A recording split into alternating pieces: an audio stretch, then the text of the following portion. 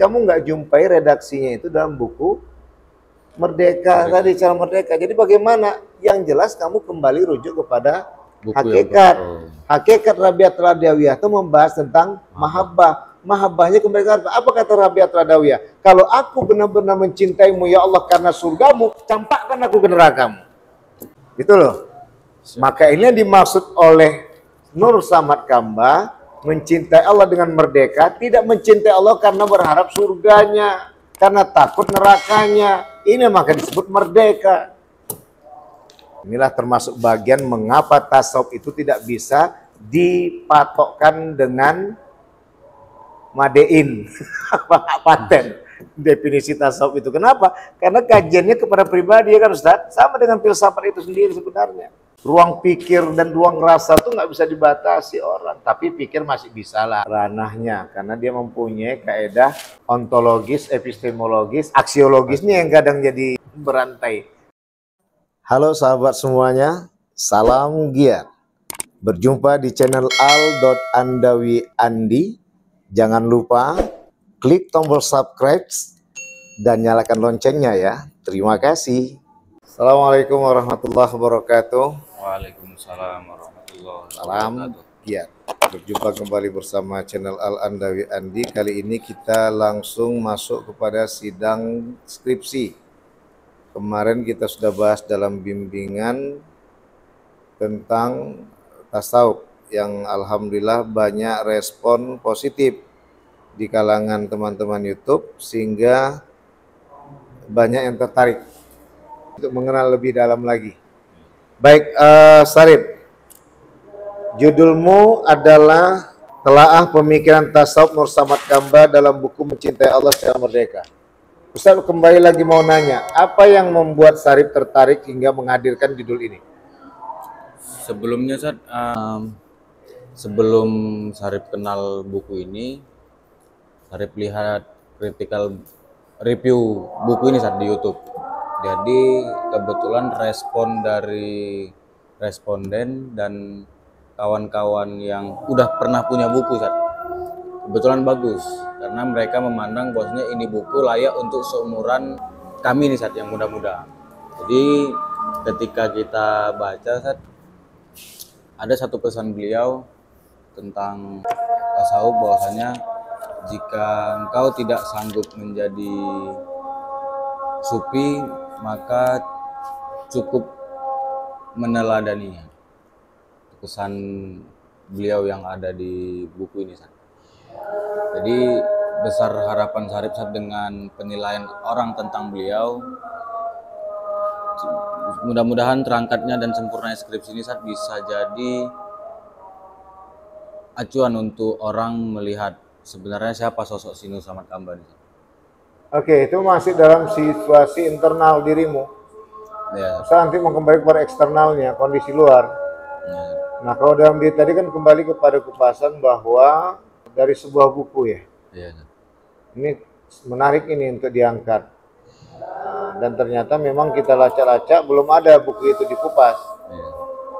Yang berhubungan dengan tasawuf. Yang kedua adalah tadi kembali kepada ketertarikanmu dalam isi buku. Nah ini memang sangat menarik untuk mengeksplornya kembali bagaimana isi buku tadi yang dihubungkan dengan kondisi yang ada saat ini.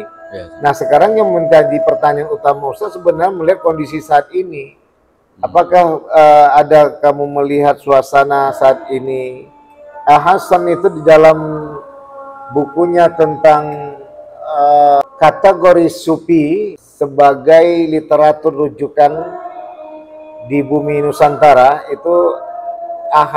Johnson menulis buku itu bahwa diantaranya adalah mengkaitkan tentang kondisi yang umat Islam saat ini tidak sesuai dengan apa yang diajarkan secara batiniah.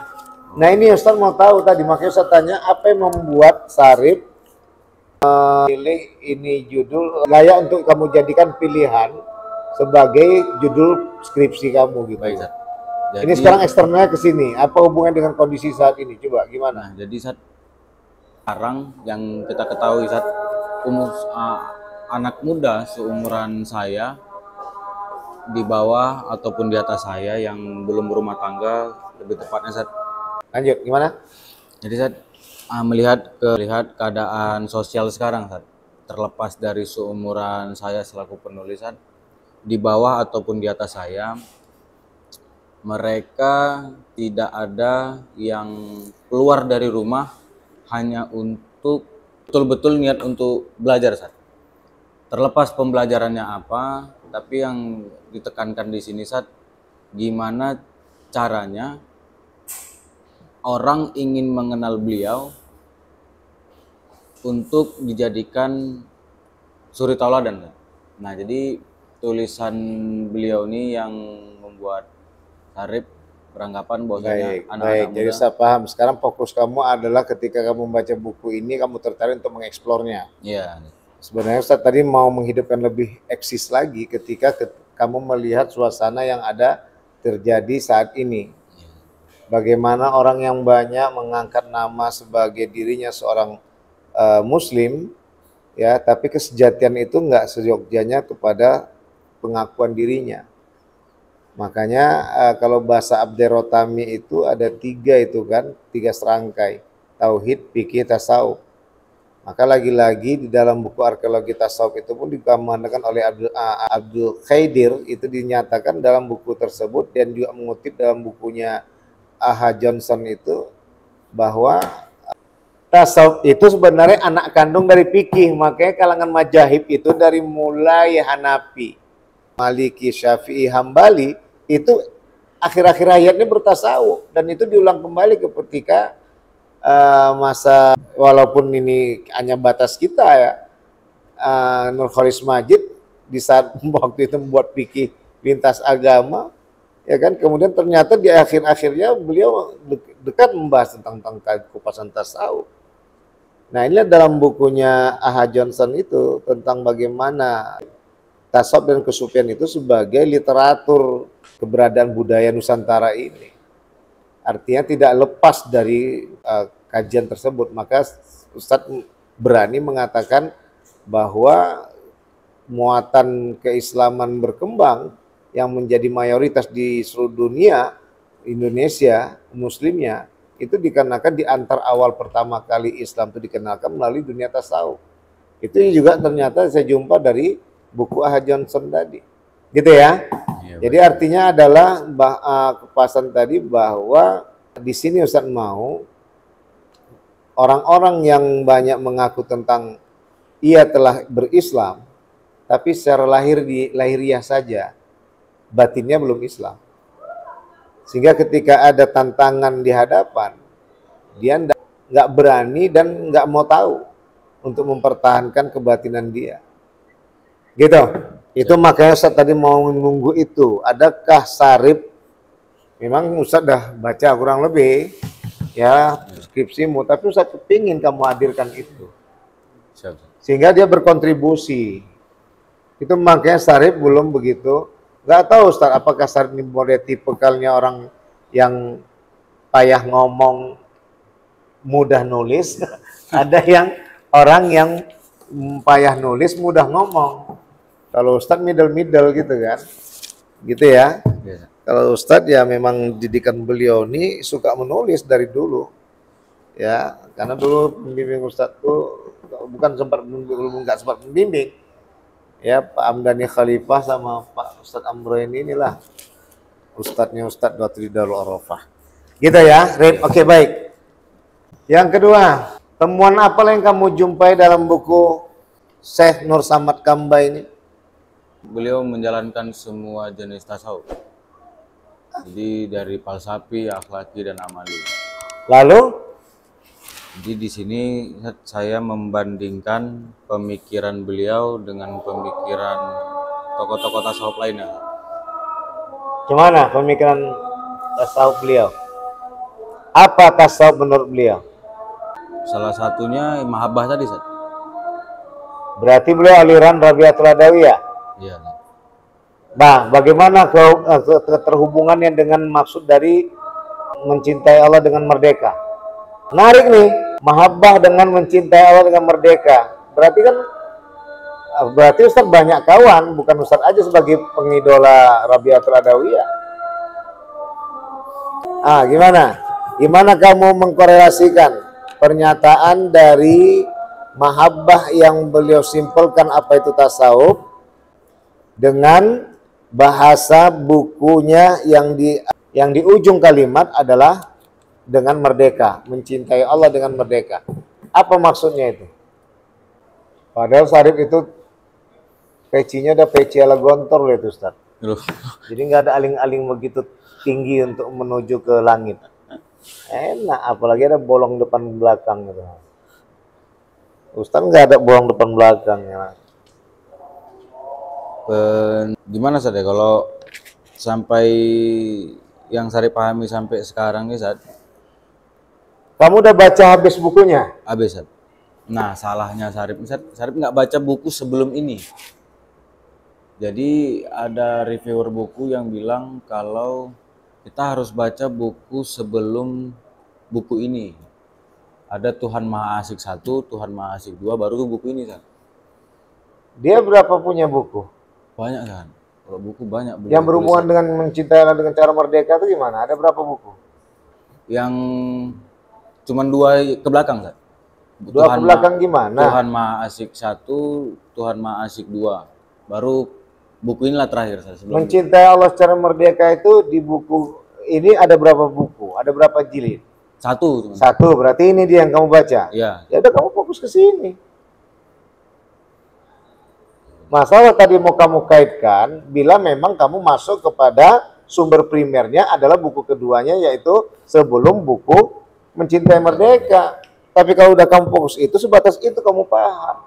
Itu nanti bukan urusan kamu, Rip. Itu urusan peneliti berikutnya. Gitu loh. Nah, disinilah muatan yang Ustadz kembalikan. Ketika internal dan eksternal kita korelasikan. Maka secara internal tadi ya kepada dirimu sendiri di saat membacanya kamu terkesima, kamu langsung kadakan ke sana, ya udah kamu mempunyai. Nah, itulah makanya disebut ini aqidah filsafat Islam, main filsafat awak. Muslim lawa tak lari kemana-mana karena punya akidah. Itu maksudnya akidah filsafat Islam. Ini cocok Ustaz ini dipulangkan lagi nih ke api nih, bukan dia di hati nih. Ya kan Ustaz? Ya. Di situ korelasi akidah baru ada dan masuk filsafat Islam. Gitu ya, Rip? Siap, Ustaz. Nah, oke, baik. Jadi, tidak perlu Sarif harus menyikapi tentang redaksionalnya. Ustadz masih ingat selalu Ustadz Amro ini mengatakan kamu kalau mau masukkan referensi buku dalam daftar pustaka, jangan waktu itu kamu mengira yang ada kamu masukkan catatan kaki. Buku-buku apapun yang pernah kamu baca dan itu menginspirasimu untuk menunjukkan kepada penelitian kamu lakukan, masukkan itu walaupun tak ada dalam buku tersebut. Masa kita durhaka dengan buku yang pernah menginspirasikan kita? Kan gitu kan Ustaz? Nah ini sama seperti kamu nggak jumpai redaksinya itu dalam buku Merdeka tadi, cara Merdeka. Jadi bagaimana? Yang jelas kamu kembali rujuk kepada buku hakikat. Hakikat Rabiatul Adawiyah itu membahas tentang mahabbah. Mahabbahnya kemerdekaan. Apa kata Rabiatul Adawiyah? Kalau aku benar-benar mencintaimu ya Allah karena surgamu, campakkan aku ke nerakamu. Gitu loh. Maka ini yang dimaksud oleh Nur Samad Kamba, mencintai Allah dengan merdeka, tidak mencintai Allah karena berharap surganya, karena takut nerakanya. Ini maka disebut merdeka. Inilah termasuk bagian mengapa tasawuf itu tidak bisa dipatokkan dengan madein, paten. Definisi tasawuf itu. Kenapa? Karena kajiannya kepada pribadi ya kan Ustaz? Sama dengan filsafat itu sendiri sebenarnya. Ruang pikir dan ruang rasa itu nggak bisa dibatasi orang. Tapi pikir masih bisa lah ranahnya. Karena dia mempunyai kaedah ontologis, epistemologis, aksiologisnya yang kadang jadi berantai kajiannya kan Ustaz. Gitu Rip. Ya, itu maksud Ustadz tadi, kamu sebenarnya harus memahami, dan ini disebut dengan pelan-pelan menjumpai pisau Inggris analisis. Kamu pisau Inggris saja lah, jangan pisau buah dulu. Pisau buah itu S2. Baru nanti kamu masuk pisau begal. alias parang sembelihan. Ini yang gawatnya kita ini sekarang, di situ anak S1 langsung mau masuk pisau begal. Kacau, kalau gitu kamu nggak kuliah lagi S3. Udah S1 udah tuntas semua. Baik ya, itu. Sekarang Ustadz yang terakhir, Ustadz mau lihat bagaimana kamu bisa, coba kamu tampilkan apa perbedaan dalam arti sama dan bedanya pemikiran tasawuf Nur Ahmad Kamba dengan dua tokoh mutasawuf yang lainnya. Silakan. Gini Ustaz. Di sini di bab 4 ada syarif cantum Ustaz. Kalau menurut Nur Samad Kamba, beliau menyesuaikan dengan zaman modern. Satu. Kedua, Buya Kamba menegaskan bahwa mahabbah tertinggi bagi Allah adalah meneladani perilaku Nabi. Dan beliau juga lebih terbuka untuk mengambil implikasi dalam urusan kehidupan nyata. Sedangkan menurut Al-Ghazali, penggambarannya mencari kebenaran. Menurut Al-Ghazali, para sufilah pencari kebenaran yang paling hakiki, akhirnya memilih jalan tasawuf. Selain itu, ia berpendapat bahwa jalan sufi adalah jalan ilmu melalui amal.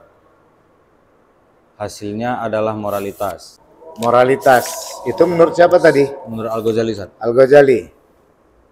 Nah, menurut kamu gimana untuk memahami dari pernyataan Nur Samad Kamba dengan Al-Ghazali? Udah satu tokoh aja Ustaz ambil, gak usah dua tokoh dari selain Nur Samad Kamba, Al-Mukarram. Silakan. Menurut Syarif gini, Ustaz, setiap tokoh punya pandangan yang beda-beda. Tetapi tetap dalam koridor yang sama dan tidak lari gitu, Ustaz. Nah, begini caranya, Rip. Ustaz kasih jalan. Ketika kamu ditanyakan hal seperti itu, yang kamu fokuskan adalah kepada pernyataan. Apa yang dinyatakan oleh Tuan Guru Nur Samad Kamba dan apa yang dikatakan oleh Syekh Imam Al-Ghazali. Ustaz ngambil dua kata saja. Kalau Tuan Guru Nur Samad Kamba mengatakan tentang untuk bisa menghadapi suasana modern, ya kan? Kalau Imam Ghazali menempatkan kepada kebenaran. Ya, jadi Sapriandi memberanikan bahwa modern itu adalah kebutuhan. Suatu kebutuhan yang memoderasi dari kehidupan lama ke kehidupan yang akan datang. Tapi ketika waktu itu orang melihat, oh nggak ada masa yang lalu, maka datang masa sekarang, itu modern. Misalnya kalau dulu istilahnya kita pakai lembu, ya, bajak sawah, sekarang udah pakai mesin. Memang lebih cepat mesin, tapi malah lebih bagus banyak tadi yang lembu. Pupuknya nggak beli lagi, kemudian penghijauan di mana-mana karena rumput selalu ada. Ditambah itu pun nanti cacing pun terjadi kerjasama yang baik dalam menyuburkan tanah, luar biasa. Ya, itu dia. Cuman mungkin masa prosesnya ada instan, ada yang herbal gitu ya. Kalau instan tadi cepat aja langsung, kalau herbal ini kan lama dia. Baik, jadi ini yang Ustaz kembalikan bahwa kemerdekaan dalam mencintai Allah itu dengan kembali kepada aliran mahabbahnya menurut Nur Samad Kamba Al-Mukarram yang dikaitkan kepada Rabiatul Adawiyah tidak bisa dihadang oleh kondisi-kondisi yang baru ke depan muncul, dan dia tetap mengatakan hu Allah. Itu yang Ustaz pahami. Maka Ustaz minta Syarif betul-betul mendalami dalam arti apa? Ya, dulu kami di pesantren itu Ustaz juga pernah ngomong itu tadi, kalau kayak manapun sibuknya kamu, waktu itu kelas 1 tahun 87 awal. Beliau ngomong kalau kamu ngapal berulang-ulang seperti Imam Ghazali 30-40 kali, apa kamu sadari udah ala bisa karena biasanya itu. Saya gunakan itu. Makanya sudah dapat kapur dari beliau nih. Ya. Asal udah masuk beliau nih mahfudot. Siapa menghafal? Angkat tangan. Sapriandi langsung dapat tadi satu kapur, satu kotak. Penuh dia kotak tadi. Tahun berapa? Tahun 87. Beliau nih Ustadz saya. Makanya jangan kaget kalau Ustadz selalu dekat sama beliau. Dia orang Ustadznya Ustadz. Ya, itu dia kajian kupasannya. Baik, jadi kajian yang kembali yang kita kemasukkan adalah berikutnya. Disinilah Sarip harus sebelum memperbaiki ini nanti, baca lagi, targetkan dalam 2 hari, 3 hari udah selesai, 2 hari. Liburkan dulu, nonton Facebook videonya, nonton Instagram, tapi fokuskan. Kenapa? Kamu biar bisa nyambung. Ya, karena ini Nur Samad Kamba termasuk adalah mutasawif Nusantara yang masih sedikit diangkat oleh orang. Baik, itu aja ya. Iya. Jadi itu tadi Ustadz kembali, Sarip. Mudah-mudahan Ustadz nggak salah menilai kamu. Tadi Ustadz katakan, ini Sarip modelnya orang yang kuat di tulisan atau lemah di kuat di tulisan, lemah di lisan, atau kuat di lisan, lemah di tulisan. Kalau kuat di lisan nggak bisa jawab, berarti dia nggak menguasai. ya ini nggak tahu. Itu makanya Ustadz nanti kembali pada perbaikan. Ya, Rip. Siap, Ustaz. Baik, cukup sekian, Bu. Terima kasih. Salam giat. Assalamualaikum warahmatullahi wabarakatuh.